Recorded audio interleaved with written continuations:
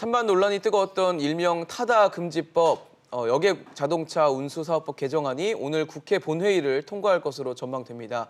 당초 여야는 어제 처리를 할 예정이었는데 국회가 파행을 빚으면서 미뤄지게 된 건데요. 지난 2018년 10월에 출범을 했고 기존 택시업계와 갈등을 빚어왔던 타다는 무죄 판결을 받은 지 2주 만에 사실상 멈춰섰습니다. 네, 그동안 타다는 불법이라고 반대 뜻을 보였던 택시업계에서는 국회 처리 소식에 환영의 뜻을 밝혔습니다. 하지만 여전히 과제는 남아있죠. 신산업이 생겨날 때마다 기존 산업과의 충돌이 불가피하기 때문입니다. 혁신이냐 산업 생태계 파괴냐 사회적 대화가 필요한 것 같습니다. 오늘도 여러분의 다양한 의견 저희 아침 토론으로 보내주시기 바랍니다. 100원의 이용료가 있는 유료 문자 샵 3698번으로 보내주시면 저희가 토론 중간에 소개하고 전문가들과 의견 나눠보는 시간도 갖도록 하겠습니다. 네, 오늘 토론 함께 주실 두 분 패널 소개해드리겠습니다. 중앙대 경영학부 이정현 교수, 국민대 자동차 운동 디자인학과 권용주 교수입니다. 두 분 어서 오세요. 어서 오십시오. 네, 안녕하세요. 네. 네, 여객자동차 운수사업법 개정안, 일명 타다 금지법이라고 불리는 이 법안이 오늘 본회의 처리를 앞두고 있습니다. 양해를 좀 구하겠습니다, 두 분께. 그 타다 금지법이라고 호칭을 좀 부르겠습니다. 시청자 여러분들의 이해를 돕기 위해서. 그래서 타다 금지법이 이번에 국회를 통과를 한다면 갈등의 종결인지 아니면 갈등의 또 다른 시작인지 이런 것도 좀 궁금해요. 두 분 입장을 총평을 좀 듣고 세세한 얘기를 해보도록 하겠습니다. 교수님 어떤 입장이세요? 사실 갈등의 또 다른 시작, 종결 이런 표현보다는 예. 어떻게 보면 이제 공정하게 A에서 B까지 사람을 이동시켜주고 돈을 받는 사업이 이제 경쟁이 공정하게 할 수 있는 조건이 만들어졌다. 그렇게 저는 이제 보고 있고요. 왜냐하면 사실 그 렌탈과 택시는 사업 시작, 그러니까 1900년대 초반에 태어날 때부터 갈등을 해왔던 부분이기 때문에 딱 그 차이는 그겁니다. 운전을 직접 하느냐, 누가 해주느냐.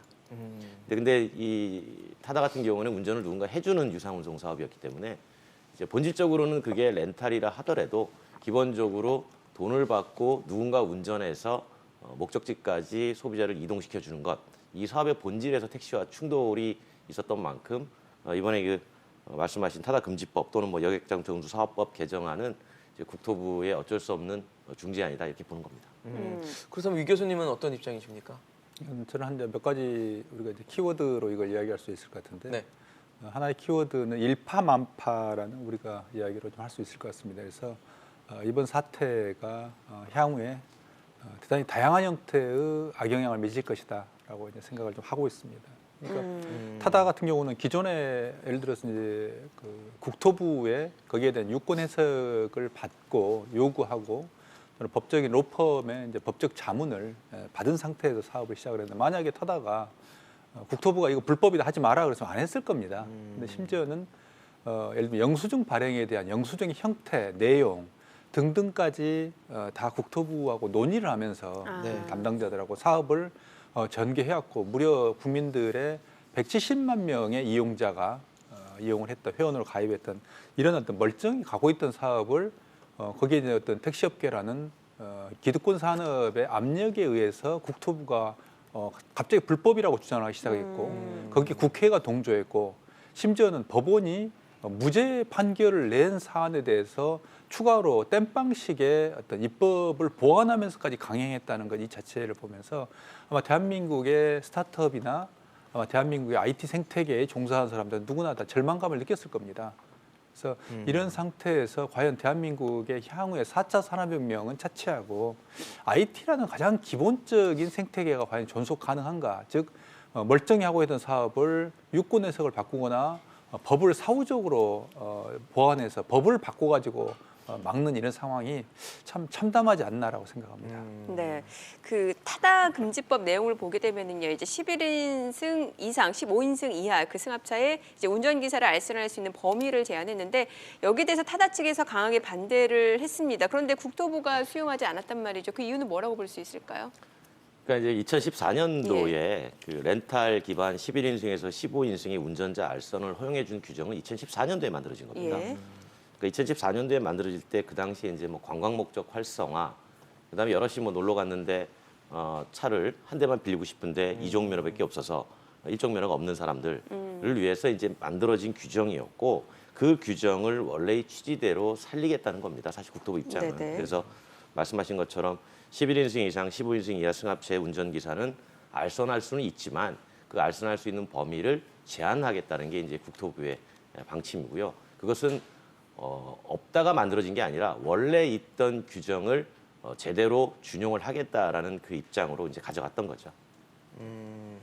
사실 근데 정부가 기존에는 유권 해석을 해서 하라고 했다기보다 이제 오케이 괜찮다라고 했는데 이 나중에 와서 반대를 하니까 사업을 하는 타다 입장에서는 좀 황당할 수밖에 없다는 생각도 들었거든요. 이제 그 부분은 사실 이렇게 봐야 되는 거죠. 그 유권 해석이라고 하는 게 그 당시에 시행령 가지고 사업을 했던 거거든요. 법률을 가지고 사업을 한 게 아닙니다. 네네네. 시행령에 있는 예외 규정을 가지고 사업을 했던 거고 초창기에 국토부도 사실은 어떤 유권 판단을 내리거나 그러진 않았던 겁니다. 그런데 비슷한 기업들이 타다 이전에 또는 그 이후에 만들어지면서 유권 해석을 요청을 했었죠. 근데 그때의 유권 해석은 뭐냐면 원래 그 시행령의 취지에 맞는 기사 알선을 11인승에서 15인승을 하되 뭐 공항, 뭐 항만 뭐 이런 쪽에 사업을 하겠다라는 거를 이제 국토부는 그거는 뭐 괜찮다라고 얘기를 해줬던 거죠. 근데 그 안에서 실제로 도심에서 한두 명이 타고 이동하는 거에 대해서는 확실하게 답변을 주지는 않았던 걸로 제가 기억을 하고 있습니다. 교수님은 어떻게 생각을 하세요? 그러니까 결국 이제 11인승에서 15인승 사이에 이제 승합차의 경우에 이번에 이제 타다금지법에서 이제 문제가 되고 있는 부분이 결국 6시간 이상 그 렌트할 경우 그리고 이제 출발과 도착을 공항과 항만이라는 네네. 이제 그게 이제 기존에 그 타다를 이용하고 있던 이제 110만 명의 대부분을 이용을 못하게 만들어버린 이런 상황이 좀 되는 거거든요. 그런 점에서 본다면 결국에는 이 법안 자체가 왜 이렇게 이제 보완이 됐냐면 그러니까 초기에 결국 이제 타다가 시작을 했던 게 이제 유권 해석을 받았던 게 또는 유권 해석을 요구하면서 사업을 이제 국토부와 협의하면서 진행을 했던 게 이런 부분들에 대해서 예를 들어서 어떻게 해석할 수 있는가 하는 부분이었는데 예를 들면 새로운 플랫폼 사업이라는 것은 특히 기존의 어떤 법안과 다른 기존의 법에 있어서의 명확하게 규정이 되지 않거나 금지하지 않으면 일단 시작할 수 있는 이런 환경이 돼야지 스타트업이 이제 그러니까 생존 가능한 거고 끊임없이 이제 새로운 산업이 나올 수 있는 것이죠. 그런데 결국에는 이런 부분 자체가 그러니까 놀랍게도 저는 이제 법원의 판결을 보면서 좀 네. 놀랐던 게 국토부보다도 또는 심지어 국회보다도 훨씬 더 미래지향적인 판결을 했다는 겁니다. 1심에서. 예. 근데 그래서 이제 무죄를 선고를 했던 거고요. 저는 그 판결문을 읽어보면서 판사가 대한민국의 경제하고 미래 그리고 플랫폼이라는 개념을 이해하고 있는 것을 저는 대단히 놀라웠었거든요. 근데 그런 어떤 가장 보수적인 사법부 즉 판사보다도 더 미래에 대해서 이해하지 못한 게 이번에 어떤 국토부나 어떤 국회의 판단이 아닌가 생각을 합니다. 네네. 자, 이제 개정안이 통과되면 그러니까 타다 측은 유예 기간이 이제 1년 6개월이죠. 이 기간 내에 기여금을 내고 이제 플랫폼 운송 사업 허가를 받아야지만 이제 지금처럼 이제 사업을 할 수 있게 되는 건데 타다 측에서는 그렇기 때문에 조만간 이제 서비스를 중단할 거라는 거죠. 뭐 어제 최근에 그렇게 예. 발표를 했죠. 더 이상 뭐 사업할 수 없고 혁신은 여기서 멈추겠다라고 얘기를 했습니다. 그런데 이제 국토부에서는 또 이런 얘기를 하죠. 사실은 그게 하지 말라는 게 아니고 예. 제도권 내에 들어와서 공정하게 경쟁을 하는 조건을 만들어준 것이기 때문에 그걸 먼저 앵커가 말씀하신 타다 금지법이라고 하는 건 좀 말이 안 된다는 게 이제 국토부가 얘기입니다. 예, 그러니까 결국은 이 논의를 해온 거는 한 1년 가까이 계속 끊임없이 논의를 해왔고 사실은 다들 만족할 수가 없는 이유가 이게 100% 각자의 요구안이 반영된 상생안은 아닙니다. 그러니까 이게 워낙 갈등이 심각했기 때문에 네. 택시업계도 70%, 뭐 렌탈 모빌리티도 70% 이런 식으로 의견이 반영돼서 만들어진 법안이에요. 그렇다 보니까 나머지 30%의 불만족한 부분들에 대해서는 여전히 갈등의 소지가 남아 있는 것이고 그럼에도 불구하고 국토부가 이렇게 밀어붙이게 된 배경은 사실 우리 이 교수님 말씀하신 것처럼 지난번에 재판의 결과가 상당히 영향을 미쳤죠. 왜냐하면 네. 뭐 재판이라는 게 이제 해석하기 나름이지만 저는 어떻게 해석을 했냐면 네네. 법원이 심사한 것은 이 자체의 사업 방식이 합법이냐 불법이냐 그러니까 이거에 대해서 이건 정확하게 초단기 렌탈이 맞다라고 판정을 내려준 거고요. 네. 판단을 하지 않은 건 뭐냐면 그러면 A에서 B까지 똑같이 10,000원을 받고 10km를 이동시켜 줄 때 택시가 이동시켜 주는 것과 렌탈이 이동시켜 주는 것 이 사업은 본질적으로 같냐 같지 않냐 여기에 대해서는 판단을 하지 않은 겁니다. 그러니까 이거에 대해서는 갈등의 소지가 있으니 저도 판결문을 봤지만 제일 마지막에 이런 얘기가 있었죠. 여기에 대해서는 시민단체와 정치권과 소비자와 뭐 기업 간의 즉 재판으로 판단을 내릴 일이 아니니 그것은 또 다른 합의가 필요하지 않겠느냐라고 사실은 국토부나 정치권으로 공을 던진 겁니다. 네. 자, 지금 그런데 이제 그 제도권내로 들어와라. 그러니까 신규 플랫폼으로 이제 사업을 하면 된다라는 건데 지금 이미 택시업계 입장에서는 지금 전국 택시가 25만여 대, 이미 5만여 대가 공급 과잉이라고 해요. 그러면은 신규 플랫폼 사업자가 들어갈 수 있는 자리는 있는 건가요? 기존에 그러니까 가장 기본적인 어떤 국토부가 가지고 있는 어떤 네네. 국회가 가지고 있는 문제점 자체가 택시라는 항상 25만 대, 27만 대 정도 됩니다만 택시라는 그 산업을 기준으로 해서 모든 플랫폼 사업을 끼워 맞추는 그런 발상을 좀 가지고 있다는 것입니다. 근데 택시를 예를 들어서 그러니까 택시에 대한 규제 자체도 저는 이제 반대합니다만 예를 들면 택시가 예를 들면 과잉이라면 그 자체의 어떤 진입과 퇴출을 용이하게 해줌으로써 결국 택시 산업의 혁신 자체를 이끌어야 또는 발생시켜야 되는 게 국토부의 역할이었는데 그걸 하지 않았던 직무유기의 문제가 있고요. 네. 또 하나는 플랫폼 그 이제 사업자 이슈가 신규 플랫폼 사업자가 있는데 그 자체가 국토부 장관이 그걸 인허가를 해주게 돼 있습니다. 즉 판단을 하게 돼 있습니다. 네. 그건 지극히 자의적이라는 거죠. 그러니까 예를 들어서 국토부 장관이 25만 대인데 지금 뭐 몇 대가 공급 과잉이냐를 판단할 그 근거하고 권한을 국토부 장관이 다 쥐고 있는데 우리는 지금까지 봤습니다만 국토부가 얼마만큼의 자의적으로 이 사안을 판단하는지를 보아왔었습니다. 타다가 처음에 그 사업에 대한 신청을 하고 사업에 대한 요건을 해석했을 때 그들은 이제는 뭐라고 이야기하냐면 자기들은 판단을 내리지 않았다고 이야기하면서 실무 내부에서 사사건건 하다못해 요금제 그리고 뭐 차량 뭐 종류 등까지 모든 것들을 개입해 왔습니다. 그리고 이제 와서는 이제 동화면 꼬리 잘르듯이 아니라고 그럽니다. 그러면 향후에 다시 예를 들면 플랫폼 사업자 지정에 대한 권한을 쥐고 있을 때 그럼 국토부의 의사에 반하는 플랫폼 사업자는 사업을 할 수 없다는 결론입니다. 그럼 결국에는 이게 현재 몇만 대가 과익 공급이냐 판단도 국토부 장관이 하게 돼 있습니다. 그럼 시장이라는 가장 기본적인 또는 플랫폼 사업자는 새로운 어떤 비즈니스이기 때문에 정부의 규제를 벗어나서 자유롭게 사업을 시작을 해야 됨에도 불구하고 여전히 이 공유 차량의 어떤 그 공유 경제 이슈에서 특히 공유 차량의 이슈에서는 정부 또는 국토부 장관이 모든 권한을 쥐게 되는 그 규제에 의해서 사업을 하게 되는 다시 어떤 원점으로 돌아오게 된다는 것이죠. 그런 점에서 저는 어떤 신규 이기 자체의 어떤 몇 대가 과잉이고 또는 신규 플랫폼 사업자 사업을 할 수 있는가 없는가를 떠나서 이 자체가 지극히 우리의 그 출발점, 즉 규제 철폐하고 자유로운 어떤 플랫폼 사업의 진입자가 들어온다는 이 원칙에 반하는 거라고 생각합니다. 네. 사실 시청자 여러분들도 문자를 보내주고 계신데요. 네. 아마 택시 또 타다를 이용하신 분들이 상당히 많기 때문에 이분의 의견도 좀 갈리는 것 같습니다. 네. 몇 가지 좀 소개를 해드리면요. 0197님은 편법으로 타다 만든 이재용 사장이 타다 기사들 책임 보상해야 될 것 같습니다.라고 의견을 주셨습니다. 네, 0962님이 이런 의견을 주셨는데요. 혁신이라는 건 네거티브 규제 정책이어야만 혁신이 이루어집니다. 김대중 대통령의 경제 정책이 대표적입니다. 또 9289님 좀 격앙이 되신 문자를 보내주셨는데 택시는 1억 투자하고 타다는 공짜로 영업하니까 사기꾼이잖아요 라고 표현을 해주셨네요. 네. 자, 그리고 8001님이 타다 금지법이 아니고 허용법입니다. 면허 취득해서 하면 됩니다.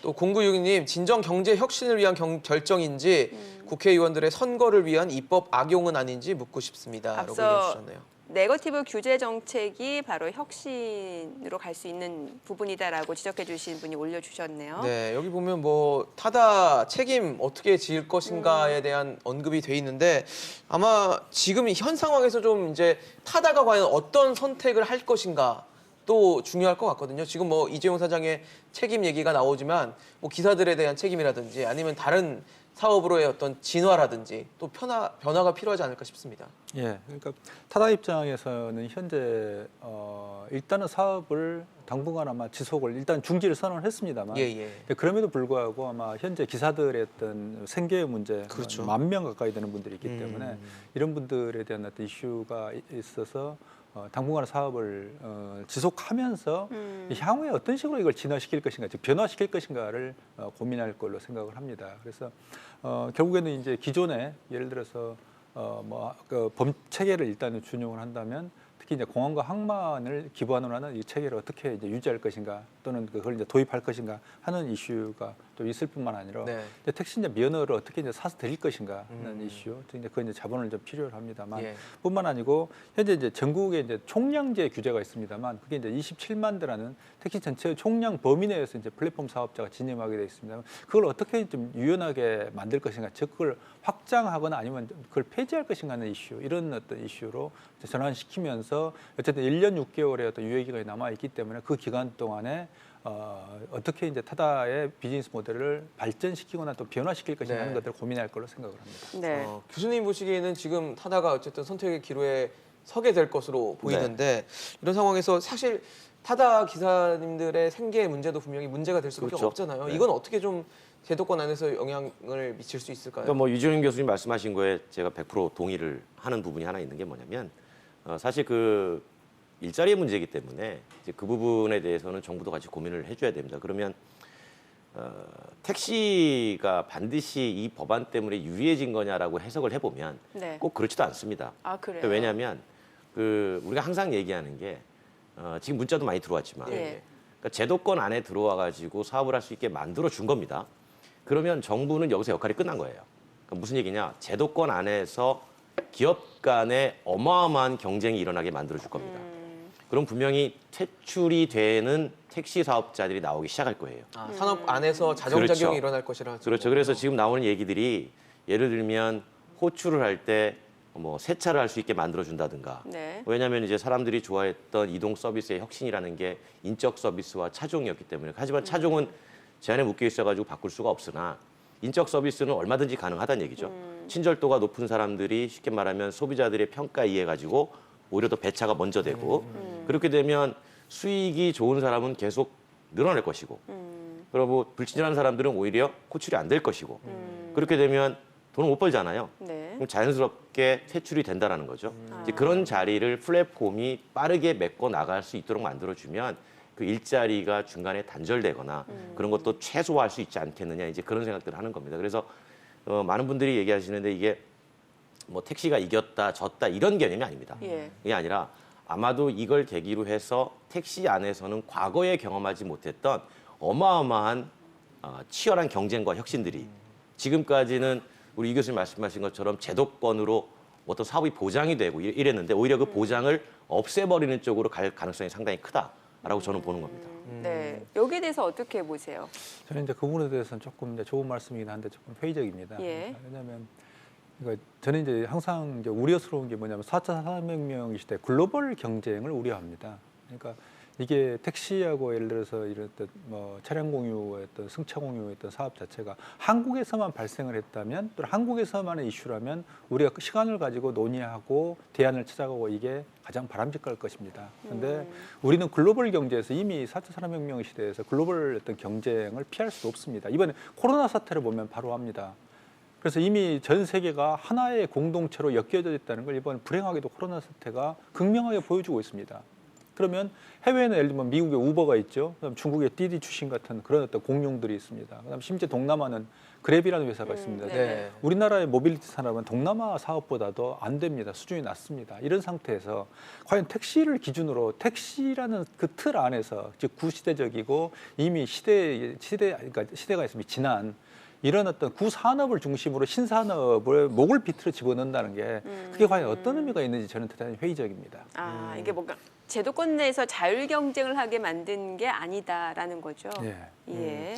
사실 뭐 산업의 경쟁, 산업의 변화도 중요하지만 가장 중요한 건 아마 그 산업의 서비스를 이용하는 소비자일 텐데 지금 타다 가입자 수가 지난 2월 기준으로 한 175만 명, 뭐 200만 명 가까이 향하고 있다고 하는데 많이 그렇다면 증가했네요. 그러니까요. 폭발적으로 지금 타다를 이용하면서 만족도를 느끼는 분들이 많았는데 그렇다면 과연 타다가 도태되고 택시 산업이 유지가 됐을 때 소비자들의 불편은 어떻게 과연 보강이 될 것인지도 중요할 것 같습니다. 그래서 택시에 걸려 있는 38가지의 규제를 빨리 다 없애겠다는 겁니다. 정부 입장에서도. 왜냐하면 그 규제 때문에 좋은 서비스를 할 수 있는 길들이 상당히 막혀 있는 게 많습니다. 제한적이군요. 그렇죠. 예를 들어서 뭐 차종의 선택권도 별로 없고 네. 그런 것들을 정부 입장에서는 최대한 빨리 1년 6개월 안에 쉽게 말하면 실무기구 논의되고 유예 기간 중에 택시의 규제를 없애서 소비자들의 이용에 대한 불편, 서비스 만족도는 이제 최대한 높이겠다라고 하는 거고요. 그 말씀하신 것처럼 뭐 그 글로벌 이제 모빌리티 말씀하셨는데 사실은 제가 저 그랩을 직접 만나본 적이 있는데요.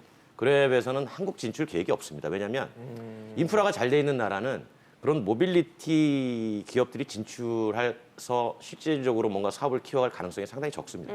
그렇기 때문에 우리나라는 워낙 대중교통 인프라나 모든 교통 인프라가 워낙 잘 돼 있는 나라이기 예. 때문에 사실 뭐 그런 글로벌 기업들하고 비교하기를 조금 저는 하지 않는 편입니다. 저는 그냥. 네. 조금 결이 다를 수도 있겠는데 그 시청자분 가운데 5405님이 국회의원이 국민을 위해 일하는 건지 표를 위해 일하는 건지 모르겠다고 올려주셨어요. 그러니까 뭔가 이제 이게 택시 업계 편을 들어줬다라는 전제하에 나온 얘기 같아요. 네. 그래서 이제 총선을 앞두고 아무래도 시점이다 그런 게 보니까 아니냐. 네, 그런 의혹도 있는 것 근데 같습니다. 그런 질문은 당연한 답변 아닌가요? 언제 국회의원들이 국민을 위해서 일을 한 적이 있나요?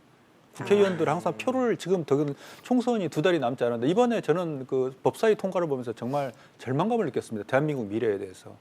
과거에 모두 법사위원들이 합의를 즉 만장일치 합의를 가지고 법안을 통과시켰는데 이번에는 두 사람이 반대했는데도 불구하고 밀어붙여서 강행을 했는데 거기는 여도 없고 야도 없습니다. 여야가 일치돼서 하나의 국민들의 70%가 지지하는 법안을 반대하는 법안을 통과시켜버렸습니다. 이게 어떻게 대한민국 국회인가요?